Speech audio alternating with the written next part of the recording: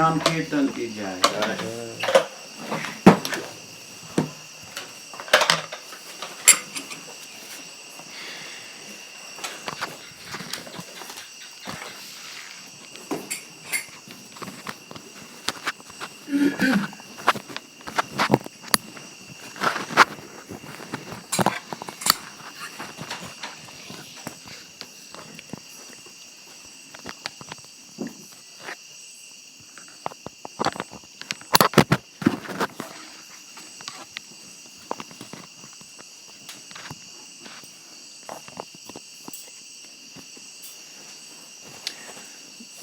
Come a little closer, move your chair up. Also come closer.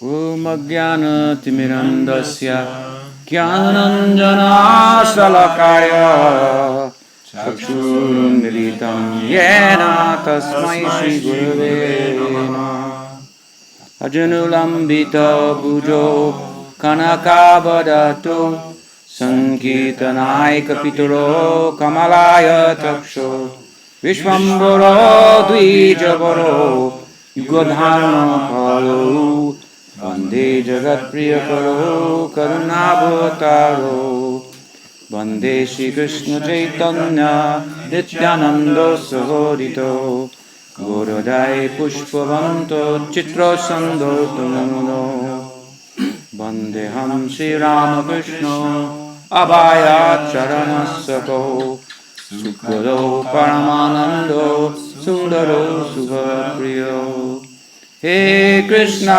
Karuna Sindhu Dinabandhu Jagatpate Gopisha Gopika Kanta Tarakanta Namostate Tapta Kanchana Gaurangi Radhe Vrindavaneshwari Vrishabhanu Sute Devi Pranamami Haripriye Shri Gauri Vaishnava Guru Parampara Ki Jai Shri Radhaji Gopal Ki Jai Shri Caitanya-caritāmṛta Ki Jai Shri Krishnadas Kaviraj Goswami Mahashaya Ki Jai Gaur Bhakta-vrinda Ki Jai Gaur Premanande.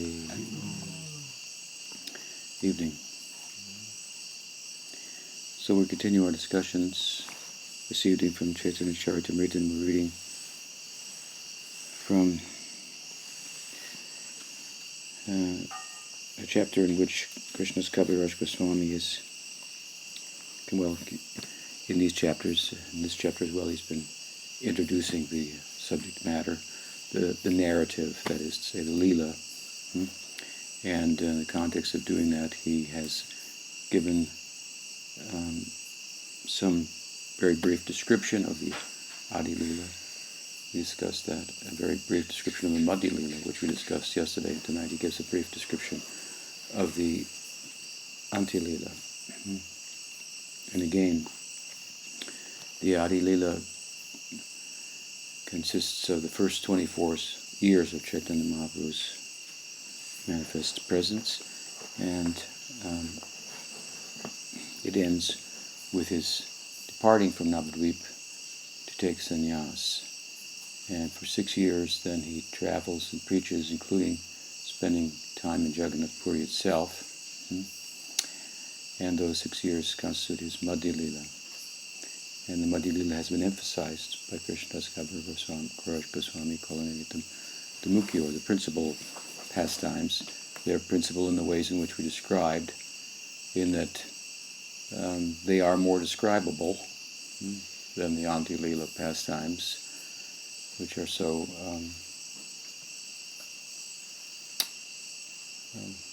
so transcendental, transhuman, if you will. The Madhya Leela is the teaching Leela. Mahaprabhu's active public life is described therein, and the way, really, of Sankirtan, by which one can enter into the inner cultivation of spiritual emotion that Chaitanya Mahaprabhu did in his Antya Leela, which we will discuss in brief tonight. And so the Madhya Leela is central because much more can be said about it, on one hand, and also because it contains so much the teaching Sarup, Sanatan, Sarvabhauma, Bhattacharya, so on and so forth. And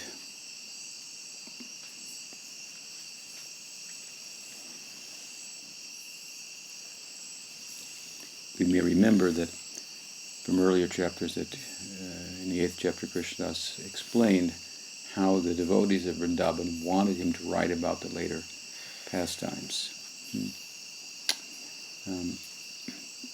And so Madhya Leela, and of course that includes the Antya Leela.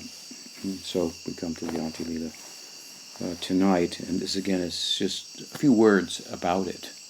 Basically in this section he's just saying there are 3 divisions of the Leela narrative that I'm going to now embark upon.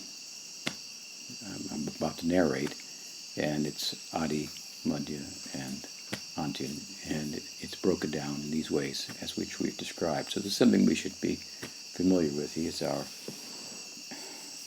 Grihijana Shikshaka, Nyasikula Nayaka, Chaitanya Mahaprabhu. He's our teacher both for householder life and for the renounced order of life. He's the hero as well. The renounced order of life shows us how to be a good householder. That means to say, as we've been discussing, how to enter into Navadvip. We may not marry there, but we won't be sannyasis. So, it's a family affair, a spiritual and family affair, which he departs from, obviously, externally to some extent by taking sannyas, but through that he teaches how to love, actually. So, Krishna says that Tar madhye nilachali chai vatsar nityagit prem bhakti dan nirantar. This, I think we ended with this verse. For 6 of the 24 years in Nilachala, Jagannath Puri, Mahaprabhu distributed prem bhakti. And his method to his madness was chanting and dancing.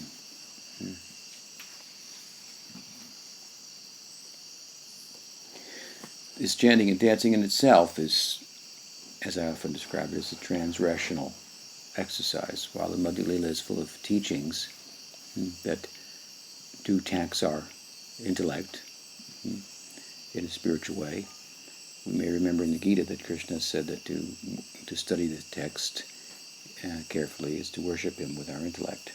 So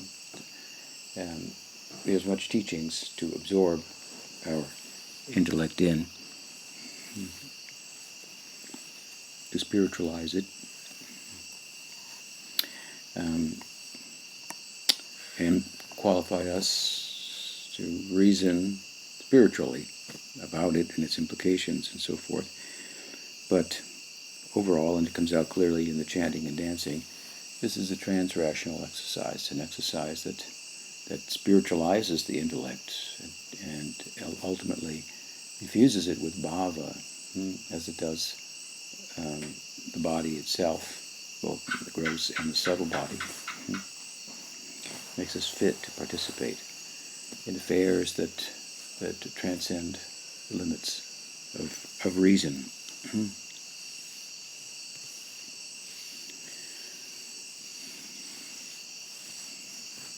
Ultimately, the reason has its application in spiritual life by way of discriminating how to best serve in any given instance. Not whether or not I should, or so on and so forth. So chanting and dancing, what can be said about it? A lot, apparently. Setu Bandha Argoda Vyapi Vrindavan Prem Nam Paricharya Korila Brahman. So again, this is continuation. I guess we must have also discussed this verse in our last session.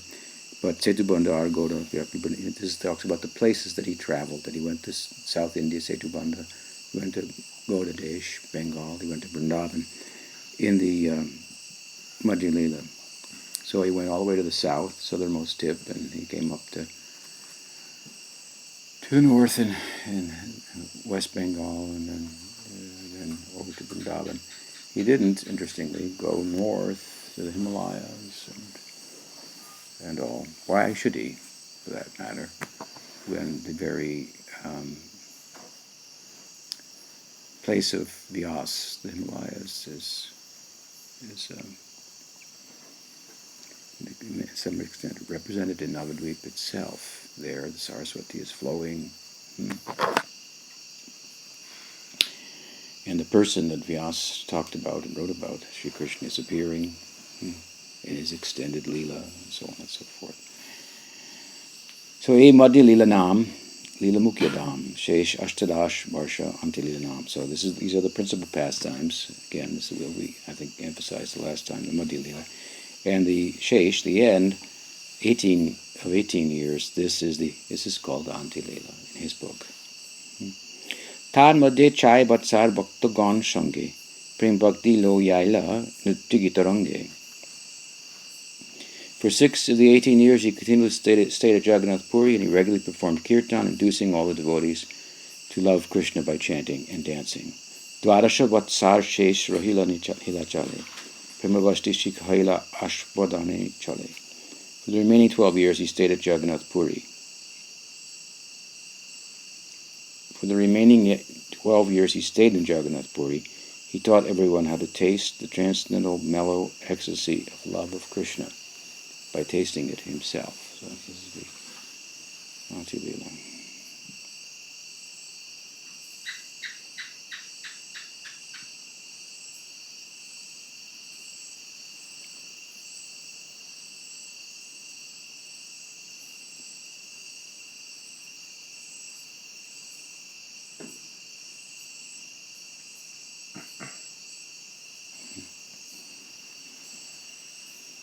So in a sense here he does seem to be further dividing the Antya-lila, describing the last 12 years.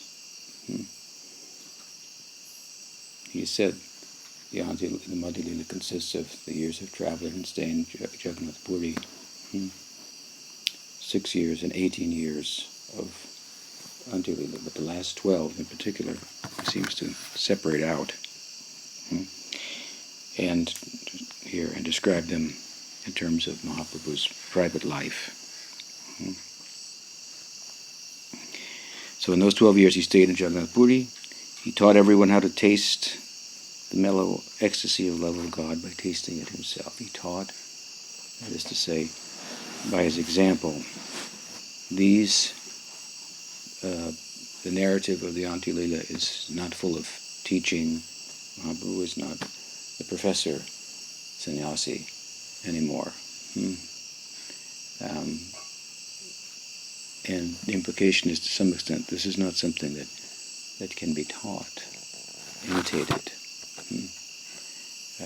But through purification we can come to inner life and the culture. We can know the theory about it and so on and so forth. But it's all entirely taste-driven, natural, and to use Prabhupada's term, it has spontaneity to it. Ratri dishe Krishna virahas purana unmader cheshta kori pralap vachana.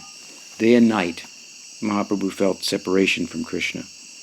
Manifesting symptoms of the separation, he cried and talked inconsistently like a madman. Shri Radhara pralap yoiche udabhadarshane. Se mata unmada pralap kore ratridine. As Radha talked inconsistently when she met Uddhava, so also Mahaprabhu relished both day and night such ecstatic talk in the mood of Radha. So this is a prominent part of the Antya-lila, where Mahaprabhu begins to experience Radha as she appears in Uddhava-keri, in Vrindavan, where the place where Uddhava met with the gopis. You know that Uddhava is the advisor of Krishna in Mathura and Dwarka. It was from Mathura that he was sent before Krishna went to Dwarka. Sometimes it's reasoned that although Uddhava was a very wise person and Shastravit, he knew the scriptures and he would advise Krishna accordingly, how to respond in different situations and so forth. Still, he didn't have the crown, hadn't been crowned a Maharishi, and his ego as a scholar got the best of him, and he wanted such a crown. He wanted such a title for himself. He thought maybe Krishna could arrange it in the assembly. So Krishna decided to send him to Vrindavan. Of course, there are the background, there are other reasons, and so on. Many things are accomplished in Leela at once. And Krishna said, we'll get to that when you get back. Here, I want you to do something for me. Please go to Vrindavan and send a message to the inhabitants there, who really were expecting him to return.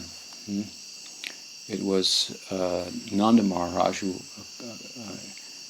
who accompanied him and some friends, and that, with the permission of Mother Yashoda, accompanied him to Mathura, where he had been invited to rise to the challenge of a wrestling match with the wrestlers of the royal court of Kamsa. And because Nanda Maharaj made his promise to Yashoda, don't worry, I know it's difficult, I'll bring him back. We just got to do this, get it over with, and so on. And then the condition of Devaki and Vasudeva are a consideration, and so on and so forth. So off they went, to the dismay of everyone in Vrindavan. But as we know, Nanda Maharaj returned empty-handed. He didn't bring Krishna back. And he had been told by Vasudeva and Devaki that he's here now, and we've been freed from the wrath of Kamsa, thanks to him. And here he's in the city. He's an extraordinary boy. He should get an education.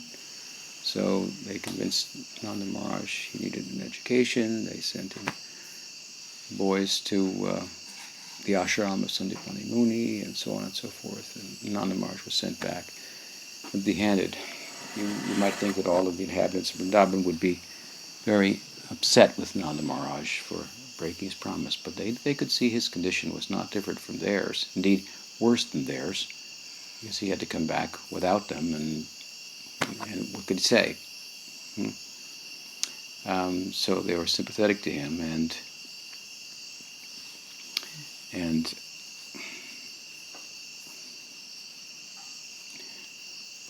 ultimately, after some time, Uddhava was sent to pacify them and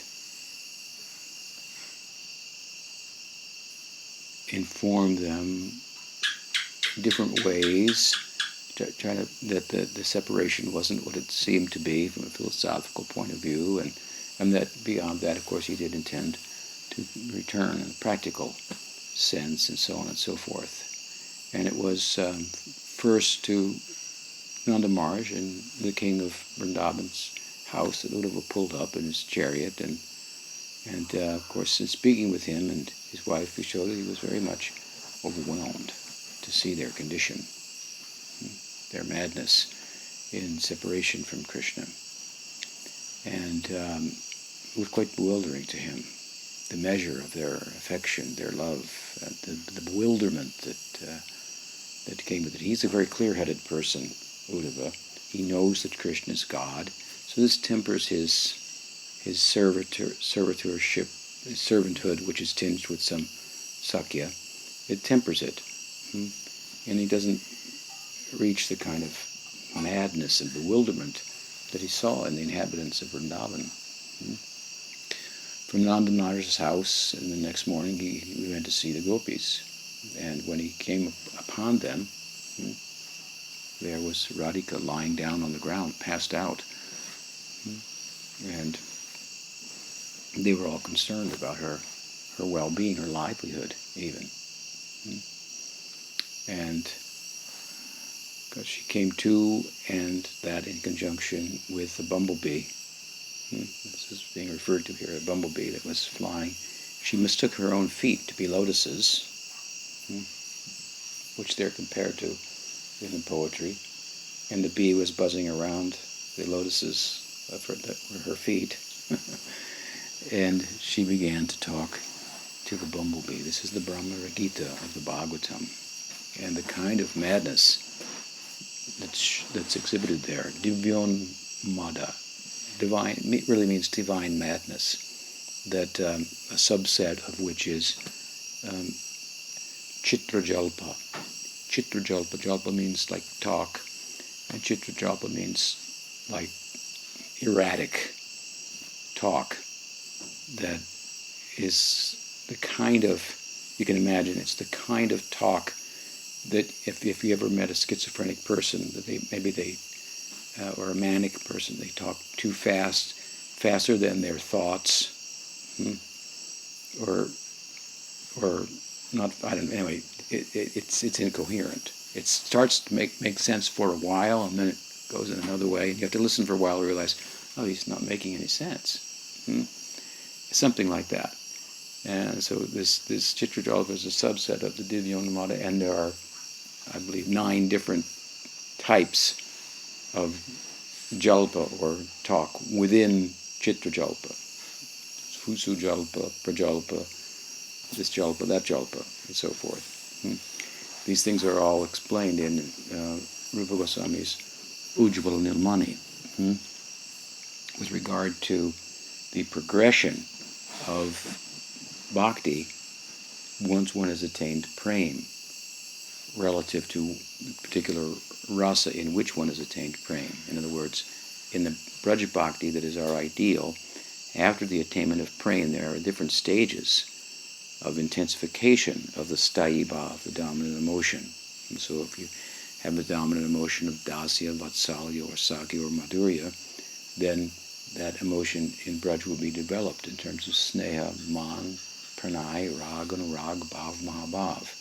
All of those stages don't pertain to all of the different rasas. There's no pranay, for example, in dasya rasa or vatsalya rasa, but there is in vatsalya rasa, or in sakya rasa and madhurya rasa of a different nature.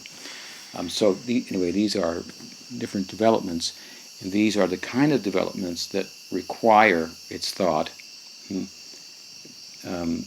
that it's thought that the perfected devotee requires to attain those developments and be a full participant in the Leela. They require the association of the eternal entourage, eternal associates of Krishna, who are thought to appear in the world again and again, and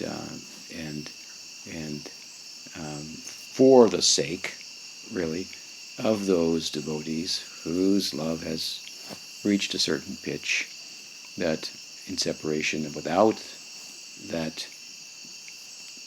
meeting of the associates and so forth, they cannot develop fully. Krishna is missing them, they're missing Krishna. Krishna comes with his associates and so forth. So this is a very different, it's peculiar, different from in Vaidhi Bhakti. We know from the Bhagavatam that Narada, as a Vaidhi Bhakta, was given his swarup immediately. He attained his ideal. He didn't have to take birth somewhere else. You don't take birth in Vaikuntha, but you do in Krishna Lila, in the Prakat Lila, in the manifest Lila. And then getting the full standing there, then when the Lila becomes unmanifest, the devotee is thought to enter into the unmanifest Lila. So, when Rupa Goswami is describing the different stages in relation to Madhurya Rasa, he comes to this Mahabhav. Mahabhav has different divisions. Ruda Mahabhav, Adiruda Mahabhav, Adiruda Madan Mahabhav, Adiruda Mohan Mahabhav, and so on. This particular experience of Radha in Mahabhav, of Divyonmada and this Chitrajalpa, this divine madness and this erratic speech, it appears in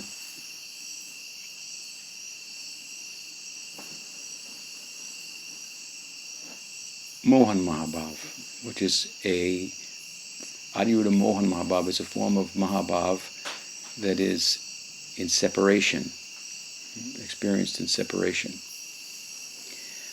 It leads to Adiruda Madan Mahabhav, an highest ideal, Adiruda Madanaki Mahabhav. It's the full face of Radha's aesthetic experience in rapture of divine love for Krishna. So this is a very high stage, but a stage of love in separation. Adiruda Mohan Mahabhav. And this is the condition in which Uddhava encountered Radha. And the way it manifests was, as I'm saying, that she began to speak to a bumblebee, thinking her feet were lotuses. around which the bee was circling, and so forth. And she began to speak to the bee as if the bee were a messenger from Krishna. So she was absorbed in thoughts of Krishna. And meanwhile, the messenger of Krishna is right there. But she is ignoring him, not seeing him, speaking to the bumblebee as if the bumblebee has come to inform her about Krishna. Without obviously saying anything, she analyzes the character of the bumblebee, its mustache, having a little pollen. Oh, you must have been close to your friend Krishna, who's close to the queens in Dwarka, and so some of the kumkum or something has fallen on him and fallen on you, and just see that I could tell that you're coming from him. This kind of way in which sometimes maybe a child might think about things, give meaning to things that don't have the same meaning to someone else. So that humans are bent on finding meaning. So anyway, Uddhava's witnessing this, and in her talk, she first she speaks a little bit in a way that might seem more appropriate about Krishna. Surely he'll come back. I mean, he was here for a while and then he left, so he probably won't stay there forever either. Got tired of us, he'll get tired of those queens, and he'll come here, and our condition will be their condition.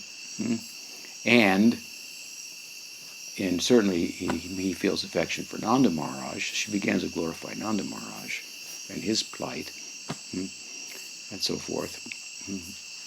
Exonerates him, of course, as I say, of any guilt for having taken Krishna out of Vrindavan, accompanied him as an elder to the wrestling match, and so forth. Young boy can't go at that age without his father. So from there, then, of course, it takes another turn, and she began to criticize Krishna and chastise him. And it's a little more coherent than a schizophrenic person, but it's erratic in that she says one thing, and then she's liking him, and then she's hating him, doesn't want to see him, wants to see him, and so on and so forth. And in all of this, she's completely absorbed in Krishna. And some writers, some commentators have said that Krishna actually was the bee. Not only a messenger, but Krishna actually manifests as the bee. And so here's Uddhava. He's got a little message in his satchel that he's going to pull out and give to the gopis, and he knows what it says, and then how he's going to talk to them, given their condition, and how they will receive it, and he is so experiencing the end of knowledge. You cannot be a Maharishi in the full sense of the term, unless you come to Vrindavan. This is where bhakti reaches its full expression.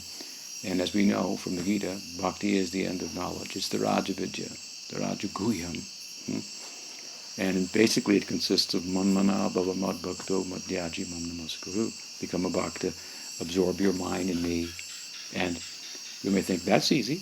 I'll become a bhakta, I'll become a devotee, I'll absorb my mind in Krishna, I'll think of him, I'll pay my respects to him. But the standard of that mental absorption and offering regard to Krishna and so forth, this is manifest at the highest standard in the person of Radha. This is what it means to be a devotee in the full sense of the term. And Uddhava himself is startled, amazed by it. He'll give his explanation, which says, or his message, basically, just as the elements are everywhere, earth, water, fire, air, ether, but they are also present in some way within each body. So I'm everywhere, but I'm with everyone at the same time. I reside in everyone's heart. There's no reason to cry or to feel any separation from me. I'm always there. This kind of gyan. Of course, the gopis are not very interested in this. This message has no appeal to them whatsoever, which is to say that their position is something far beyond that. We know that Mahaprabhu himself was advised, Mahaprabhu's Param Guru was advised by one of his disciples when he was expressing lamentation and separation in the mood of Radha. Ramchandra Puri said, Nasochati nakankshati. You should not mad bhaktim labate param. Don't hanker like this. And you'll attain bhakti. And he was dismissed. He didn't understand the spiritual lamentation of Radha in Madhurya Rasa. That's so much the ideal of Gaudiya Vaishnavism. So Uddhava gets schooled, the point is, from the gopis, but he can't say much about it. There are a couple of famous verses that he sings and is said to have chanted while wandering around the Braj for a couple of months, that glorifies the gopis' love and expresses a desire to be touched by it in some way. Sometimes we find that a devotee in one rasa develops an affinity for another rasa. If that rasa is compatible, then what happens is that rasa becomes an udipana, a stimulant for his or her own rasa, and intensifies it in some way. The primary example of that, of course, is the Priyanarma Sakos who have a desire for Madhurya Rasa, and it manifests in the form of this Madhurya Rasa becoming like an udipana, stimulant, an anurasa of their rasa. They don't change rasas. So Uddhava desired the intensity of the gopis' love, and he thought that in order to get that, I need their foot dust, but they'll never put their feet on my head. So, because of that reason, he desired to become a blade of grass that they might step on his head.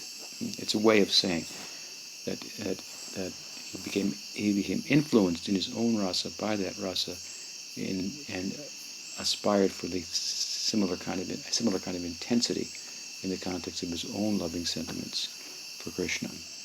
Each of these sentiments is perfect in itself. Sthayi bhav means like that. It's not going to change. But there are instances where it may be influenced by another rasa, and that's beautiful. So, Uddhava is enlightened. He says, Shrutipir Bimbrigyam, this place here is off the map of the sacred text. It's beyond the Veda, Upanishads, and so forth, which I had a pretty good grip on. And it's a place about which what can be said? How can you put it into words? So it's significant at any rate that this is mentioned here, and it's developed when the Adi-lila plays itself out to some extent as well. Mahaprabhu enters into this mood of Divyonmada, and he expresses the Chitra Jalpa and so forth, and he's assisted by Ramananda and Swarup Damodar, who sing various verses, and so on and so forth. He's experiencing the Adiruddha Mohan Mahabhav,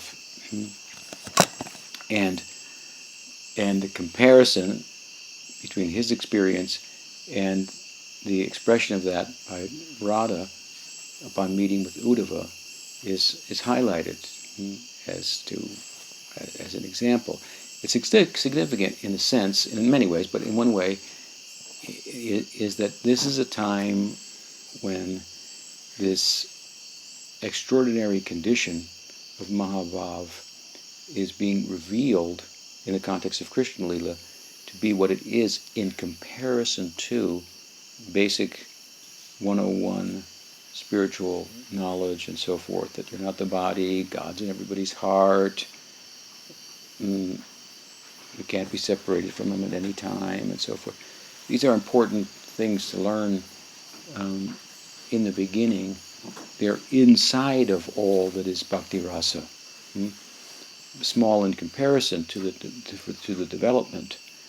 But at any rate, it's an instance in the Antya-lila where a very extraordinary and high pitch of Mahaprabhu's love is described, and if it takes us, as it should, upon hearing about it, as we are doing tonight briefly, going to the Divyonmada, the Chitrajalpa of Radha and so forth, we find that while we're hearing about it, we're also hearing the Brahmagyan and understanding that this extraordinary expression of Radha is grounded in that, and is an extension of it, because, again, unto itself, it's very difficult to understand. To find a young girl who thinks her feet are lotuses talking to a bumblebee about loving some boy is not that Leela is not something you're going to share with the general public without giving some background and understanding and so on. So anyway, we want to say here basically that this whole of this Antya-lila is beyond words, really. The inner life of Mahaprabhu, his culture of taste, as it's described here in this verse. For these 12 years he tasted privately in the company of Sarup and Ramananda, internally. The emotive aspect of bhakti, and cultivated that and so forth.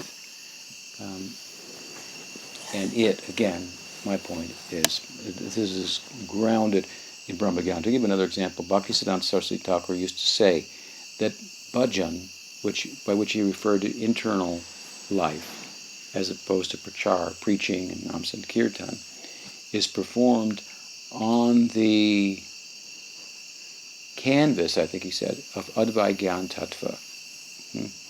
So Advaigyan Tattva means everything that's there in Brahmagyan, understanding I'm not the body, I'm consciousness, not matter, and so on and so forth. This is, as this comes into play, to manifest in the context of our culture of bhakti, proportionately, we have real eligibility for participating in this type of emotional life. Prabhupada used to say it in another way.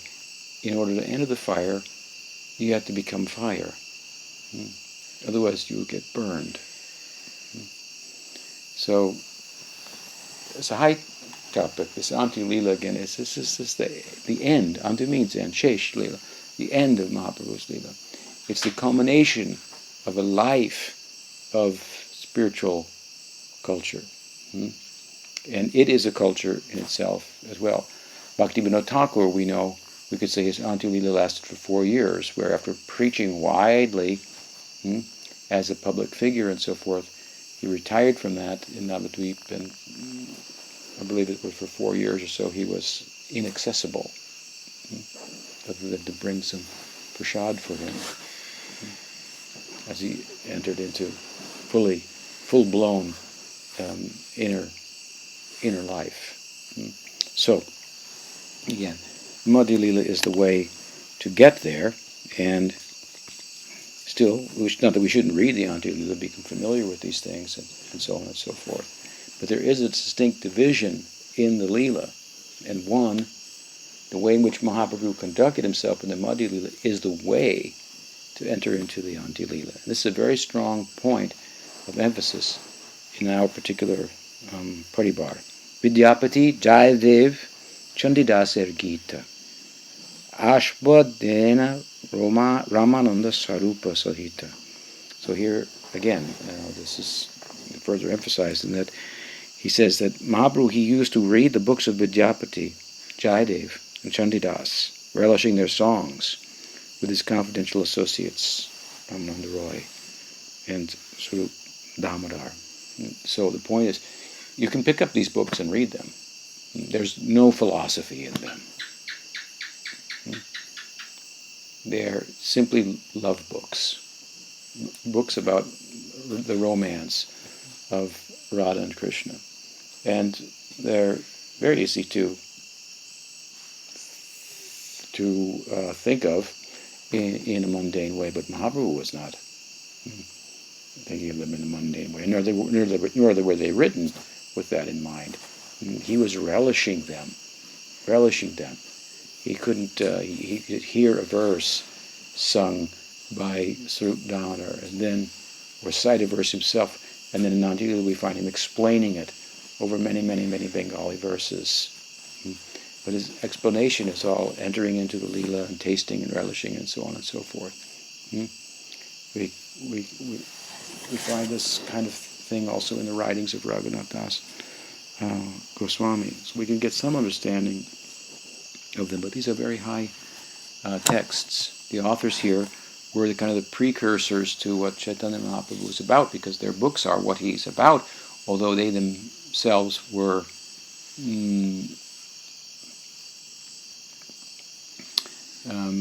appeared before him, and they were not systematically teaching what is this ideal, what is Mananakya Mahabhav, and this is all coming from the Goswamis. Vidyapati, Chandidas, Jayadev. Jayadev was the earliest of them, I think, maybe around the 11th century. Jayadev Goswami, Chandid, and from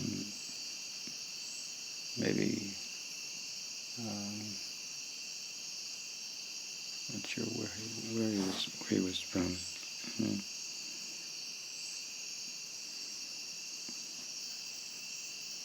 Vidyapati and who was the other one? Chandidas. They were from, I believe, the 14th century. Prabhupada says something about it here. And some people say they were contemporaries. Chandidas from Bengal. Jayadev from Bengal. Vidyapati maybe from Mithila. So we say that Mahaprabhu is the beginning of this dispensation of the world. What we mean by that is that Mahaprabhu formed a lineage, a sampradaya, to systematically teach about this and how to attain that which is, in terms of Madhurya Rasa, is found in the works of Vidyapati, Jayadev, Chandidas, so forth. Jayadev's, the famous story of Jayadev, of course, is there. His work was very popular in Jagannath Puri. Again, Jagannath is worshipped by many different people who have many different notions or conceptions of who he is. Who he is in the full sense of the term is brought out by Chaitanya Mahaprabhu. And that's found in Jayadev's work there, where the supreme, if you will, position of Radha is emphasized. It said that Jayadev was writing his book, and he got the impression from within, while he's writing the Leela, that Krishna was bowing down to touch the feet of Radha. And they thought, how can this be? Krishna is the supreme God. Jayadev's book is a little, Gita Govinda, a little different, I would say, than Chandidas and Vidyapati, and a little more understandable in terms of Siddhanta.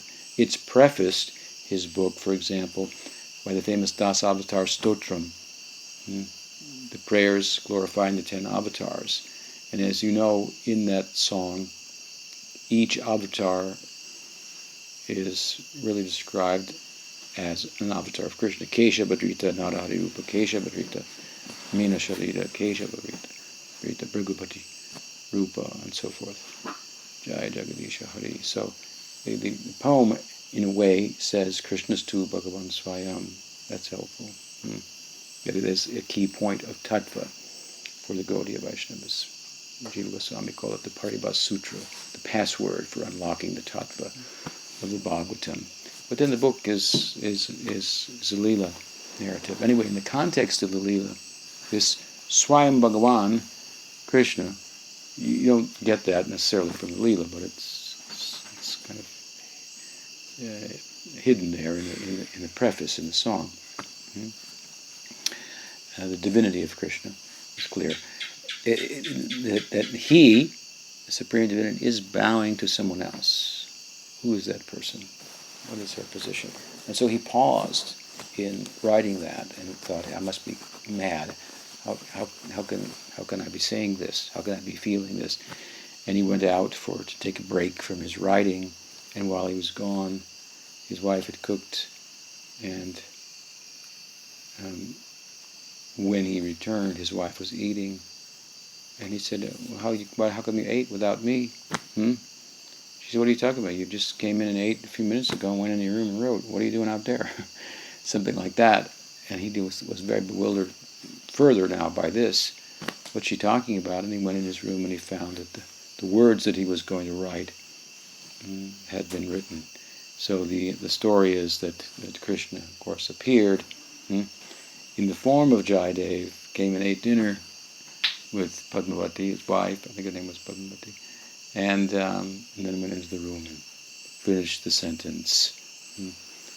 What Jayadev was feeling, Krishna himself personally confirmed, something like this, that Krishna is bowing to the love of Radha.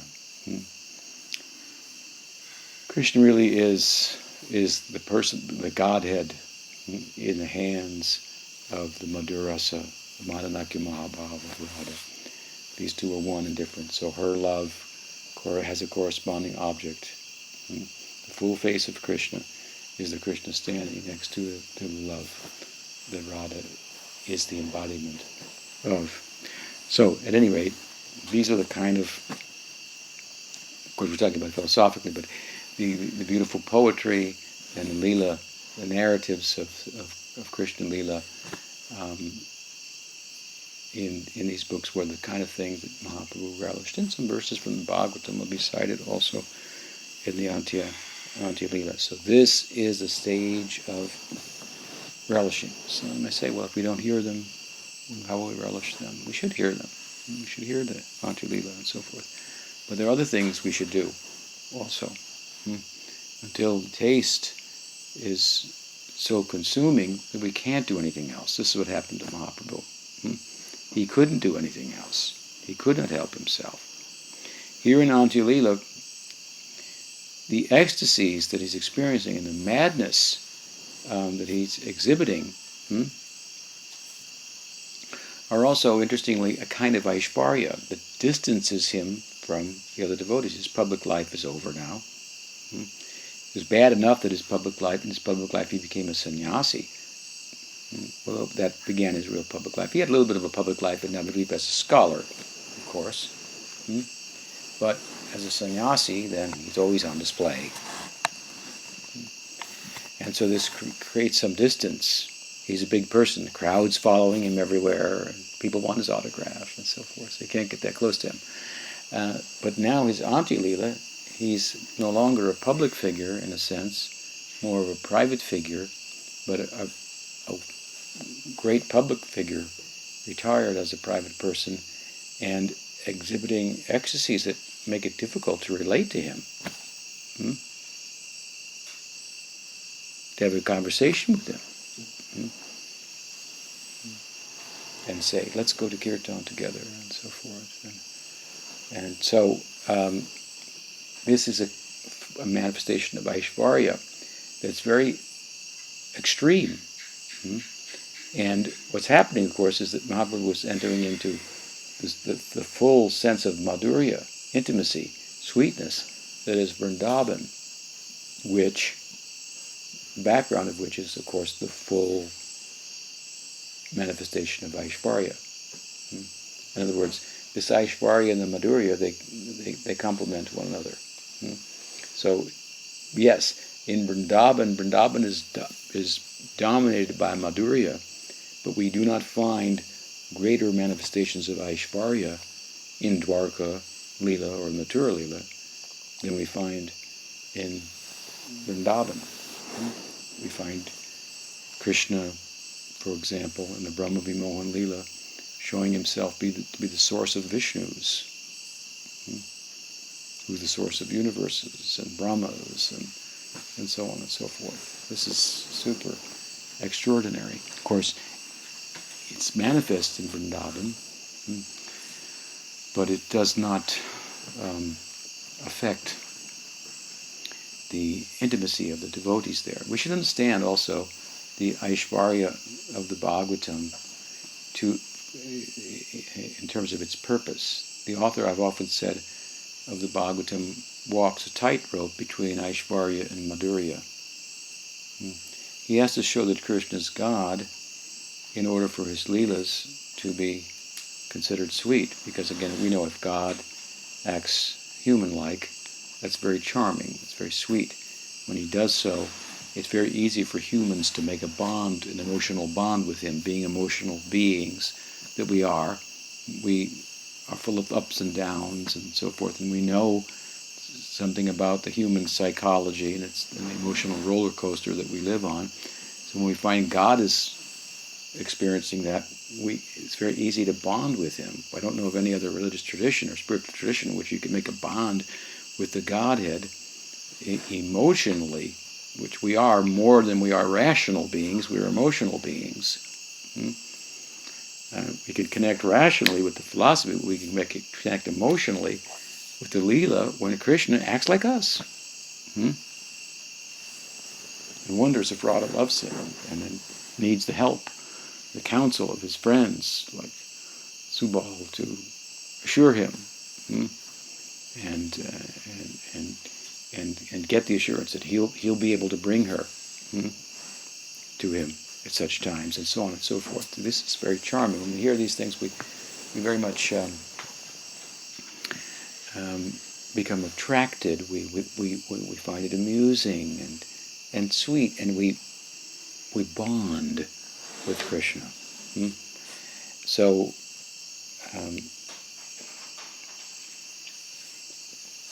the Aishvarya, in which Krishna is presented as Swayam Bhagavan, the personality of Godhead, and so forth, the purpose of this has a purpose. It's not the main purpose of the Bhagavatam. The main purpose of the Bhagavatam is to let us know that it's possible to bond with the Godhead in intimacy, like a friend, like a lover. It's not, in other words, the book isn't so much, for example, about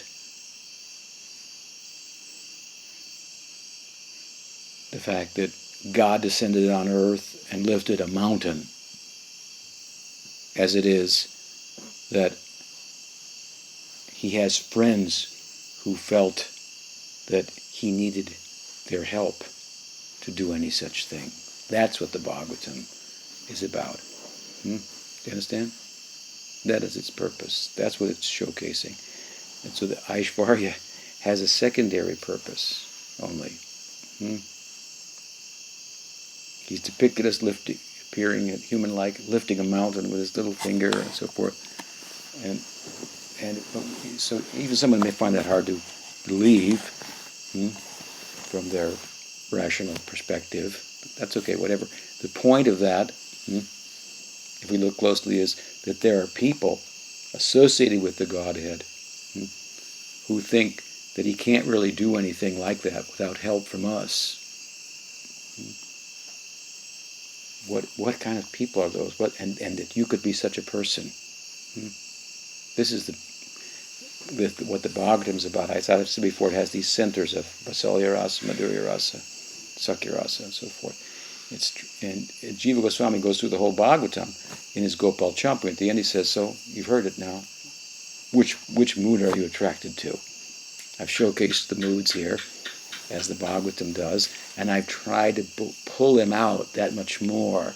And it's so that you could taste more the Vatsalya and the Damodar Leela, and the Sakya and the Brahma Vimohan Leela, and the Madhurya and the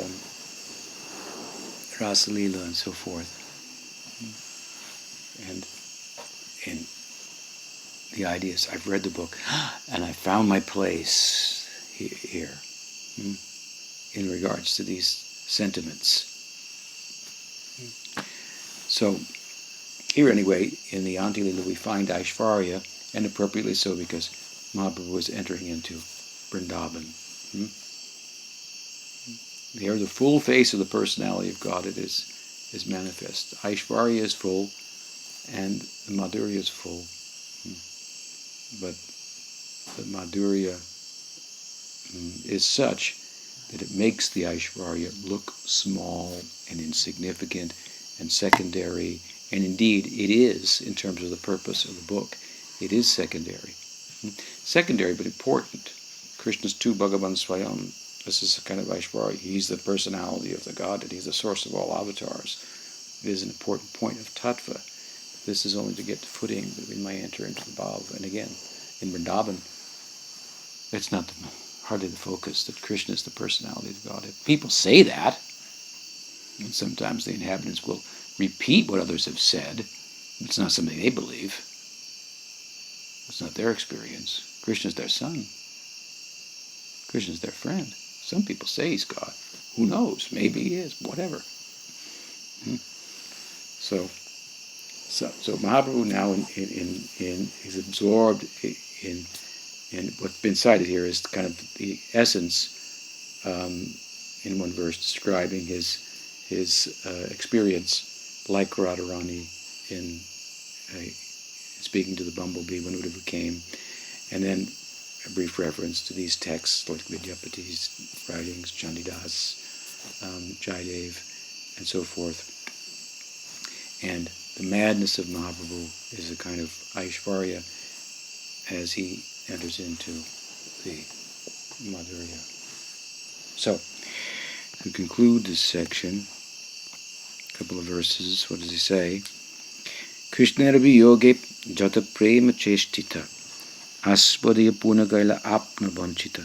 In separation from Krishna, Mahaprabhu relished all these ecstatic activities, and thus he fulfilled his own desires. So it's through separation they will enter into the union. Ananta Caitanya Lila Chuddha Jiva Han Ke Barnite Pore Taha Vishtara Koriya.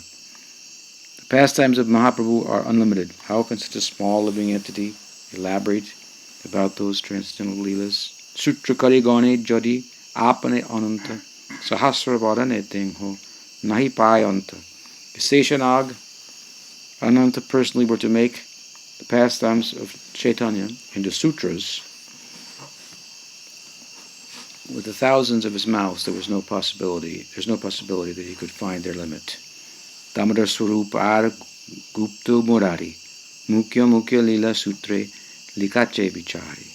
Devotees like Swarup Damodar and Murari Gupta have recorded all the principal pastimes of Chaitanya Mahaprabhu in the form of notes.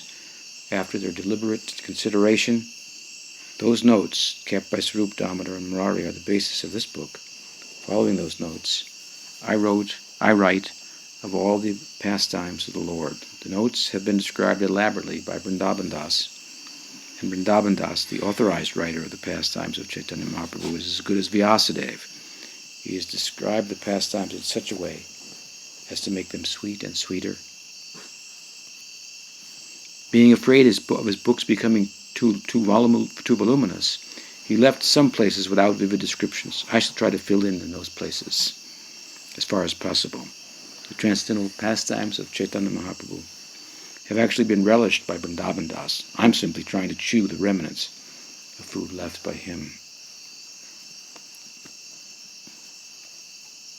So, Adi Lila Sutra Like, Shuna Bhakta Gan, Sangchepe Likiye, Samyak Natyoya Likan. So now, my dear devotees, he says, let me write a synopsis of the Adi Lila. I write of these pastimes in brief because it's not possible to describe them all. So this will be the next section. Shri Krishna's Kaviraj Goswami Mahashaya ki jai. Shri Adi Lila Mahaprabhu ki jai. Gaur Premanande.